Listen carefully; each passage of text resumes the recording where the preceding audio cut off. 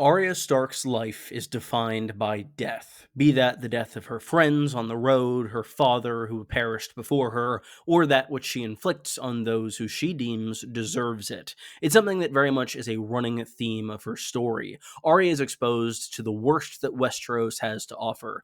She is kind of forged in the crucible of the war in the Riverlands, forced to endure Harrenhal, and then trudge through the entirety of the continent before eventually going east to Bravos. Throughout the entirety of this time, death becomes sort of a ritual to her, to the point where she develops a prayer where she lists the names of individuals who she believes deserve to die for what they have done to her or to those around her. This list ebbs and flows. Names are stricken off by Arya or by others, or added to it when new wrongs are done to her. Today, I want to go through that list, examine those who have already been stricken off, and the fates of those who still remain, as well as what their deaths or lives might mean for the entirety of Arya Stark's arc going forward into the Winds of Winter and the rest of A Song of Ice and Fire. There are a number of differences between Arya's list in the television adaptation, Game of Thrones, and the books, A Song of Ice and Fire, upon which that show was based. The big one, and the thing that I'm sure people remember, is Arya massacring the entirety of House Frey. House Frey does not feature on Arya's list in A Song of Ice and Fire. She thinks after the Red Wedding that she should add the Freys to the list, but she doesn't know any of their names, and the entirety of this prayer is focused on those names, as it is modeled after some different elements, but one of those is the names that she has to give Jaqen, so she needs to name people to actually have them be on the list. Walder would make sense, but she doesn't know of Walder at all because she hasn't been involved in the political plot pretty much at all. Also, if all of the Freys were together like they were in Game of Thrones, I think they'd be killing each other, and Arya really wouldn't have to do much. I should also note for those who have maybe watched the show more recently than they've seen the book that there are four names that appear on that list but not on the original. First off, Tywin Lannister and Melisandre are not on the list because Arya has never met either of them. Tywin is not at Harrenhal, and Melisandre doesn't have that weird side quest to the Riverlands. And additionally, Beric Dondarrion and Thoros of Myr, though they do meet Arya, are not on the list because they don't sell Gendry to Melisandre. They really don't wrong Arya in any way. She's just kidnapped by the Hound out of their clutches, so they just kind of stop interacting. Before looking at the prayer as it currently exists, we should examine those who have already been killed. Chiswick and Weiss were two of the initial members of this list, and those were the names given to Jaqen in the book, so those are different than the ones in the show. They end up being killed. One of them is attacked and killed by his own dog, while the other is pushed off of a wall. Additionally, we have another double feature not coming from A Clash of Kings like these last two, but rather A Storm of Swords, those being Polliver and the Tickler. Polliver is killed by Sandor, and the Tickler is killed by Arya, both at the inn at the crossroads. I can never say the word crossroads in these videos. At the end of Arya's story in A Storm of Swords, and this marks the first name that Arya has taken off the list by her own hand. Though very much the Jaqen ones were very much taken off by her hand just through Jaqen being a catspaw, and she was working with Sandor for this one as well. Joffrey is an interesting case. He was on the list and a very big fixture on it, as he is the individual who murdered Ned Stark in her eyes, or at least ordered the death and was very much behind it, but he is killed and does end up getting taken off the list. It's an interesting case because he's killed in a way that has nothing to do with Arya.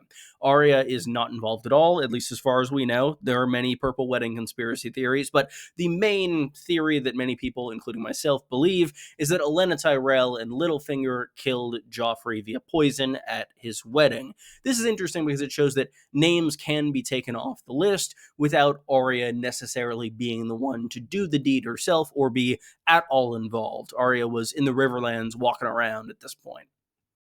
I don't know when else I'd get to talk about this because I don't think it's enough for a dedicated video, but if I can do a brief Purple Wedding sidebar, I think there are a ton of really interesting theories that have a lot of validity to them as to potential different scenarios for who was the actual target and who was the actual poisoner at the Purple Wedding. But the thing that seals what is presented in the text as true to me is Season 4, Episode 2 of Game of Thrones. It's generally not a good thing to use the show when justifying a book theory, but This episode of the show is written by George R. R. Martin and very clearly shows that Olenna and Pattaya were the ones to kill Joffrey. I don't think that Martin would do that in the show if it were something different in the books, or at least I think there'd be some hint or nod to whatever was true in the books if something else was the case in that kind of medium switch. With that said, Arya's story moves away from Westeros and into Essos in A Feast for Crows and A Dance with Dragons as she goes to Braavos and works to become a faceless man under the tutelage of the individuals at the House of Black and White. Throughout this time, she is stripped of her identity, or at least they try to strip of her identity, but this prayer seems to remain, almost inadvertently, if certain passages are to be believed. To quote from the last time that we hear this prayer uttered in the main series, that being Arya's most recent published chapter, The Ugly Little Girl in A Dance with Dragons. Quote, "When that last day came to Braavos, it came dark and gray and overcast. The girl had hoped for fog, but the gods ignored her prayers as gods so often did. The air was clear and cold, and the wind had a nasty bite to it. A good day for death, she thought.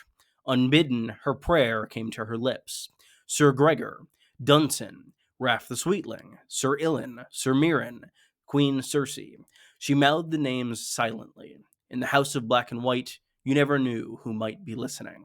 Before discussing the other names on this list, there's an interesting point to go over, that being the Brothers Clegane, Sandor and Gregor. Both of these individuals were on Arya's list at various points, and they are kind of in a weird spot because the Mountain is dead but still on the list, and the Hound is alive but off the list. So at the end of A Storm of Swords, the Hound is essentially put down by the infection that is brought on by this fight at the end of the Crossroads that I had referenced earlier. This leaves Arya to just leave him for dead, and as she does that, she strikes his name off of her list. The Hound is likely still alive. There are a number of good theories to that effect, most notably the Gravedigger, and the Mountain is kind of the opposite.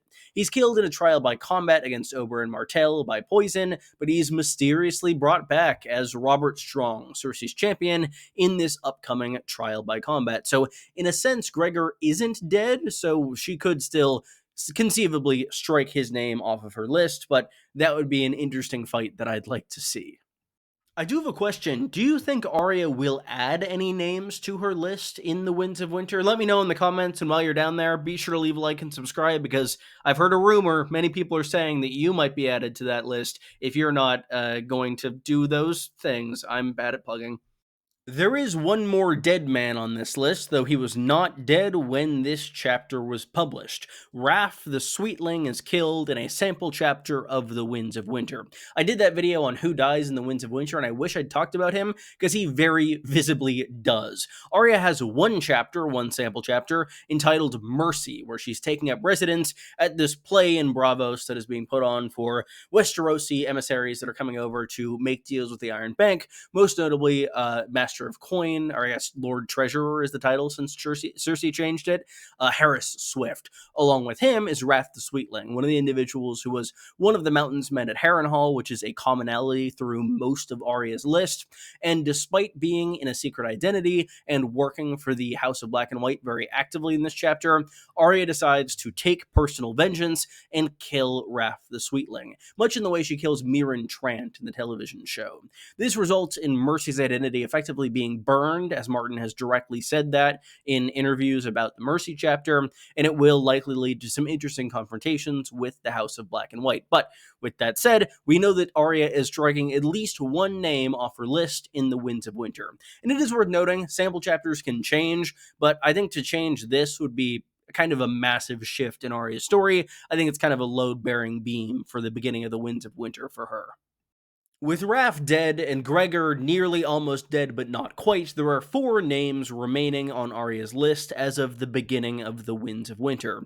The first is, I would say, the most petty on the list, Dunsen, who I, before researching for this video, had legitimately completely forgotten about, and I would forgive you if you did the same. He's one of the Mountain's men, so undoubtedly a shitty dude, but he is specifically on the list for stealing Gendry's bull's head helmet. So I don't know, that's a little petty in my eyes. We haven't directly seen him in a few books. We know that he stays with the Mountains Men and he is alive as of A Feast for Crows in the appendix with them at Harrenhal. According to a semi-canon source, that being the World of Ice and Fire app, he travels south to King's Landing with Red Ronnet in A Dance with Dragons, and we see them arrive as of the epilogue chapter of that book. We hear from Wynn's sample chapters that Ronnet and his men are going to take on John Connington at Storm's End, so it seems pretty likely that the one and only Griff is going to end up taking a name off Arya's list for her, so you're welcome, Arya. John Connington benefits us all. Sir Ilan Payne is an interesting case. He is on the list for following orders of King Joffrey Baratheon, as he was the man who struck Ned Stark's head off. In this instance, it's, again, a little unclear where Ilan is. Somewhere in the Riverlands, to be sure. He travels with Jaime throughout A Feast for Crows, acting as the Kingslayer's new kind of combat training partner instead of Bronn, because, I don't know, we gotta have Bronn around in the show, but he is given this role because Jaime sucks at fighting and doesn't want anyone to know, and Ilan's tongue was torn out by the Mad King, so he really can't tell anyone. Jaime is last seen with him at the Siege of Riverrun, lifting it, ending it, and then in A Dance with Dragons, Jaime has one chapter lifting the siege of Raventree Hall, where the Blackwoods live, and Ilan is not with him there. So it seems like he's kicking around the Riverlands somewhere. There's some thought that, oh, maybe he'll show up in the prologue to some degree, or he'll show up in Jaime and Brienne's story there with dealing with Stoneheart. But in terms of being in the Riverlands, it's a pretty dangerous place to be right now, especially for a Lannister or Frey supporter. And I do think that if Arya is going to return to Westeros, she's definitely going to return to Westeros. I think landing in the Riverlands makes sense. So Ilan could be in harm's way there, but if I were a betting man, he'd be dead before Arya reaches the continent itself. Though I've also heard people pitch him as our viewpoint perspective for the prologue chapter, which could be really cool, being inside the head of someone who can't speak and maybe giving us more insight into his thoughts that way.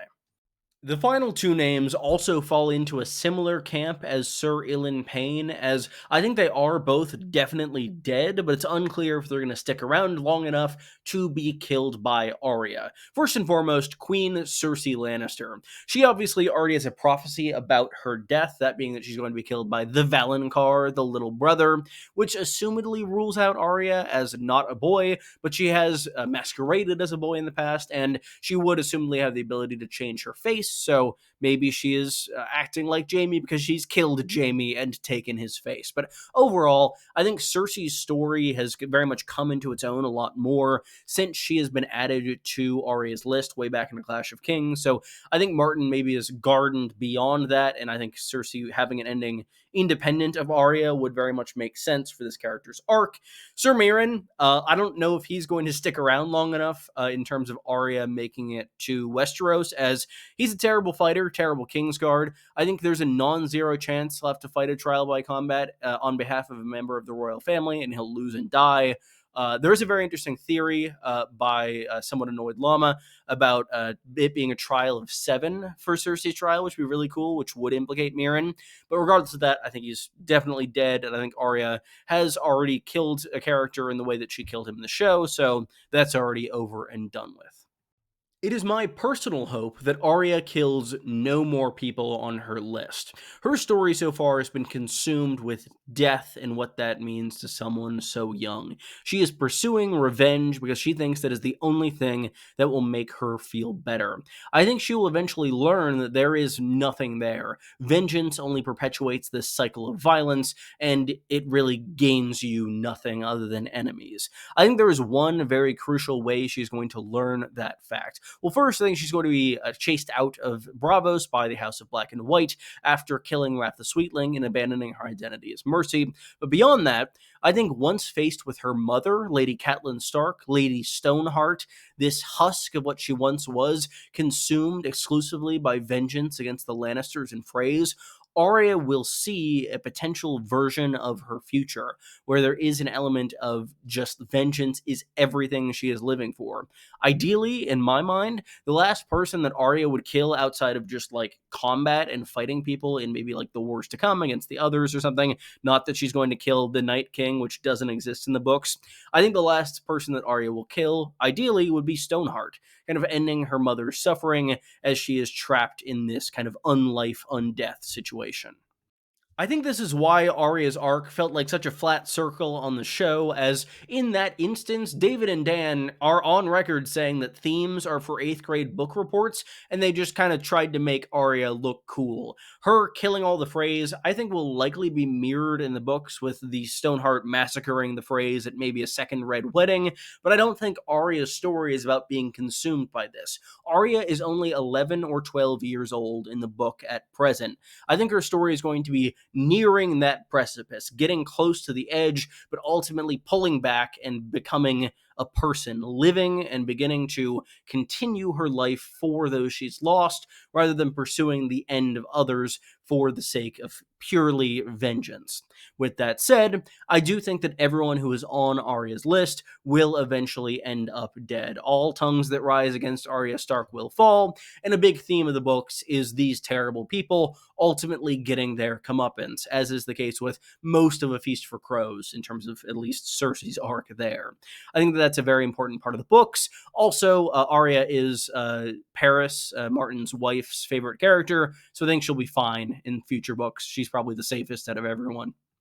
I joked earlier about John Connington crossing Dunson's name off of Arya's list for her, and the more I thought about it, the more individuals on this list seem to be in Aegon's way specifically. This new Targaryen king is likely going to come into conflict with Cersei Lannister, Gregor Clegane, Mirren Trant, and Dunson, very importantly. All of these individuals will likely not survive their encounters with Aegon, save for maybe Cersei. I think that gets at the core meaning of this list.